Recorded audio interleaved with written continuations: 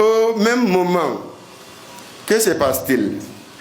Nous, Maison de la Presse, en toute civilité et en toute responsabilité, dans nos rapports avec la HAC, nous faisons en sorte que nous évitions deux choses.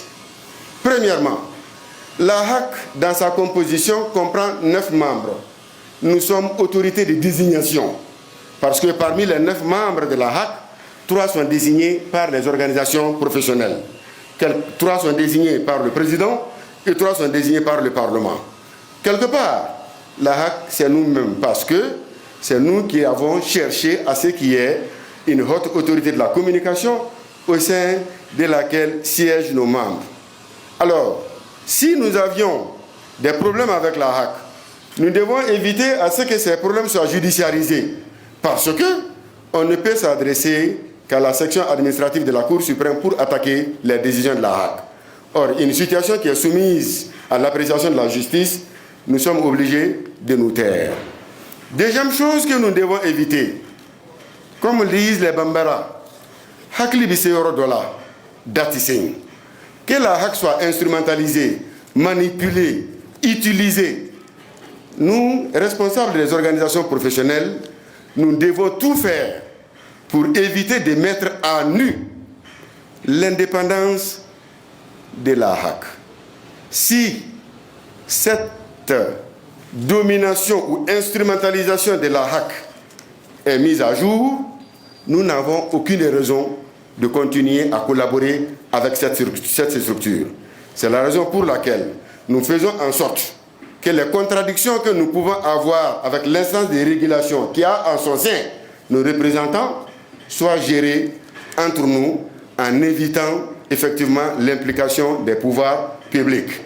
Mais à l'impossible, nul n'est tenu. Ces derniers jours, nous avons été au regret de constater que dans un environnement que le Premier ministre Modibo vient de décrire parfaitement, caractérisé par la précarité, par une situation énergétique persistante, par des difficultés de tout genre, des médias qui se battent sans salaire, sans revenu, et tout ça là, dans un environnement caractérisé par la concurrence déloyale.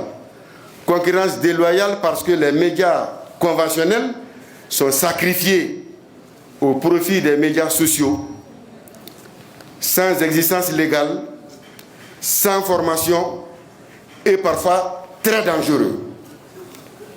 Nous sommes sacrifiés et c'est cette période qui est choisie par la HAC pour initier des projets d'arrêtés interministériels prétextant que dans la sous-région, nous payons les tarifs les moins chers, comme si on ignorait superbement l'histoire médiatique du peuple malien, qui est différent de l'histoire médiatique des autres pays de la sous-région.